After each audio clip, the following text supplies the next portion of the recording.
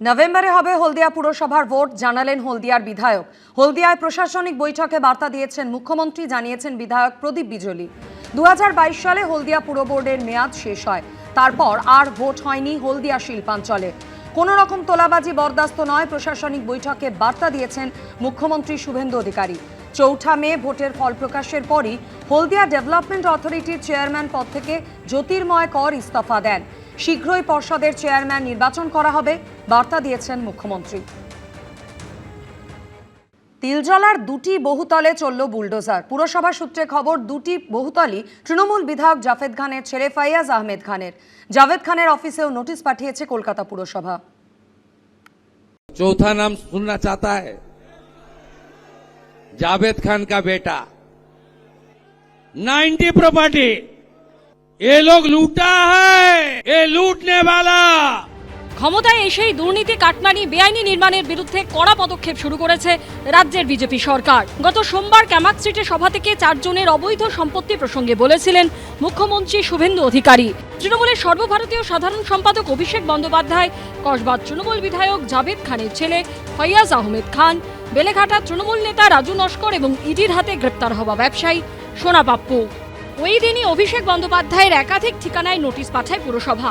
1 সপ্তাহের মাথায় এবার রাজু নস্কর, সোনা পাপ্পুর পাশাপাশি ফৈয়াজ আহমেদ খানের ঠিকানাতেও চলল বুলডোজার। কসবা তৃণমূল বিধায়ক জাভেদ খানের ছেলে ফৈয়াজ আহমেদ খান, তিনি কলকাতা পুরসভার 66 নম্বর ওয়ার্ডের তৃণমূল কাউন্সিলর। তিলজলার 47 জিজে খান রোডে পাশাপাশি দুটি বিশাল বহুতল। পুরসভা সূত্রে খবর, এই বহুতল দুটি ফৈয়াজ আহমেদ খানের। অভিযোগ, এই দুটি বিল্ডিংই তৈরি হয়েছে পুরসভার অনুমতি ছাড়া। রাজ্যে পালাবদলের পরেই পুরসভার তরফে নোটিশ পাঠানো হয়। কেউ হাজিরা না দেওয়ায় রবিবার বুলডোজার এনে বেআইনি বহুতল ভাঙা শুরু হয়। যারা এখানে থাকেন তাদের বক্তব্য, তাদের যে অ্যাড্রেস তার সাথে সাথে পাশের এই যে বিল্ডিং এই নোটিশ টাঙিয়ে দেওয়া হয়েছে, সেই নোটিশের অ্যাড্রেস একই, কিন্তু তাদের বক্তব্য দুটো আলাদা আলাদা বিল্ডিং, এবং এই বিষয়টা তারা জানতেনই না। প্ল্যানই তো স্যাংশন নেই, যেটা আমাকে বলেছে আমার বিল্ডিং ডিপার্টমেন্ট, এটা ফয়েজ খান বলে আছেন, ওনার বাড়ি এলাকায় 57B জিজে খান রোডের এই বেআইনি বহুতলেও চলে বুলডোজার অ্যাকশন। বেআইনি নির্মাণের বিরুদ্ধে অভিযান চালাতে গিয়ে সামনে এসেছে চাঞ্চল্যকর অভিযোগ। স্থানীয় বাসিন্দাদের একাংশের দাবি, পাশের একটি বিল্ডিং ও এই বহুতলের ঠিকানা একই। जिस एड्रेस पे ये नोटिस दिया हुआ है, ये 2 बिल्डिंग का एड्रेस है। पहले से हम लोग कुछ नहीं जानते थे इसके बारे में। आज 3 आवर्स पहले हम लोग को पता चला कि इसका एड्रेस और हम लोग का एड्रेस जो पॉसिबल है ही नहीं। এই বহুতলটিও তৃণমূল বিধায়ক জাভেদ খানের বাবা করিম বক্স খানের নামে রয়েছে। পুরসভার তরফে নোটিশ দেওয়া হয়েছে জাভেদ খানের অফিসেও। 328 নম্বর রুম, বিল্ডিং ডিপার্টমেন্ট কলকাতা পুরসভার, সেখানে নথি জমা দিতে হবে। নথি যদি জমা না হয় সেই ক্ষেত্রে কিন্তু ব্যবস্থা নেওয়া হবে, সেই কথাটাও এখানে বলা হয়েছে। জিনিসটা হচ্ছে পুরসভা লাগাতে পারে মিস ইনফরমেশন আছে। আমাদের যে বিল্ডিং আছে স্যাংশন আছে, আর যেটা একতলা বিল্ডিং আছে সেটা 100 বছর পুরনো আছে, এবং যে বিল্ডিং আপনারা দেখছেন সামনে ওটা স্যাংশন বিল্ডিং আছে, আমার কাছে কাগজপত্র আছে। পালাবদলের পরই একের পর এক নোটিশ, চলছে বুলডোজার। প্রশ্ন উঠছে, এতদিন কি করছিল পুরসভা?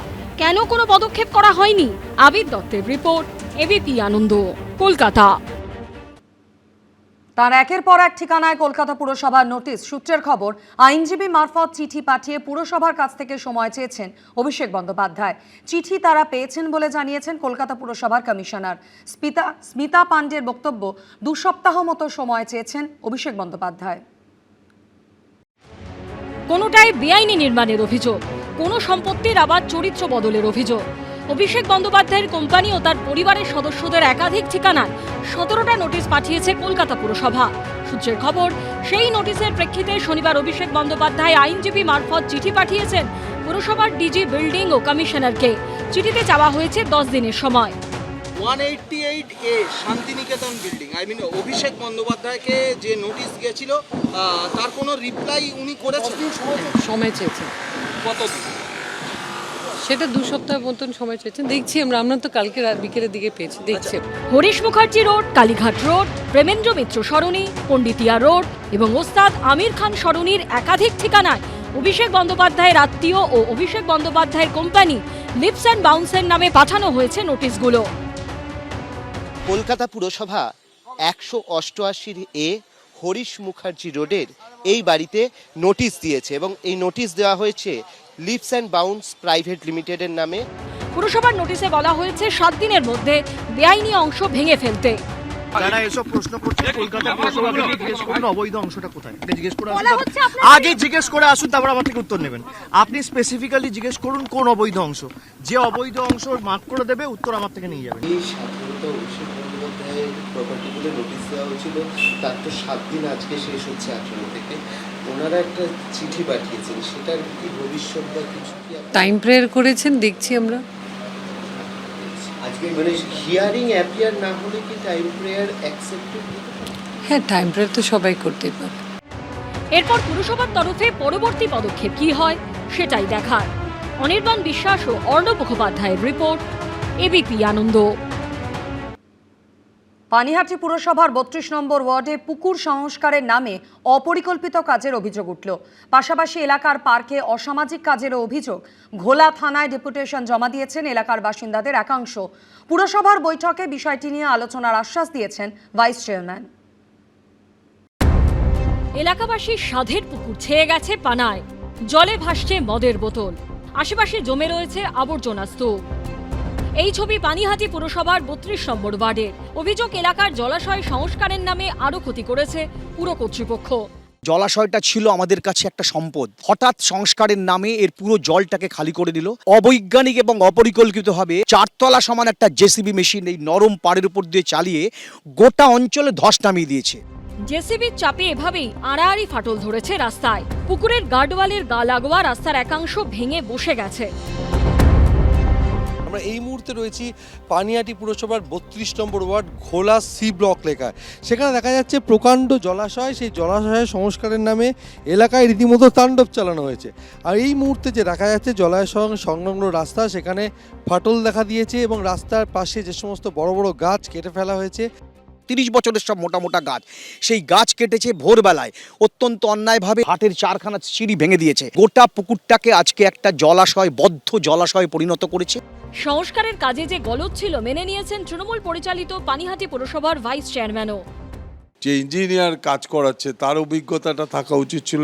ইঞ্জিনিয়ার বলবে এই কাজ এইভাবে হবে, ইঞ্জিনিয়ার দেখেনি, রাস্তায় ফাটল ধরেছে এবং সে ভেঙে গেছে, ওই পাড় ভেঙে গেছে। সিআইসি মিটিং আছে 28-29 তারিখে, আমরা সেখানে তুলব। এখানেই শেষ নয়, এলাকার বাসিন্দাদের একাংশের অভিযোগ, পুকুর লাগোয়া পার্কে সন্ধে হলে শুরু হয় অসামাজিক কাজকর্ম। দিনের পর দিন চুপ থাকলেও রাজ্যের সরকার বদলাতেই এবার গর্জে উঠেছেন বাসিন্দারা। রবিবার ঘোলা থানায় জমা দিয়েছেন ডেপুটেশন।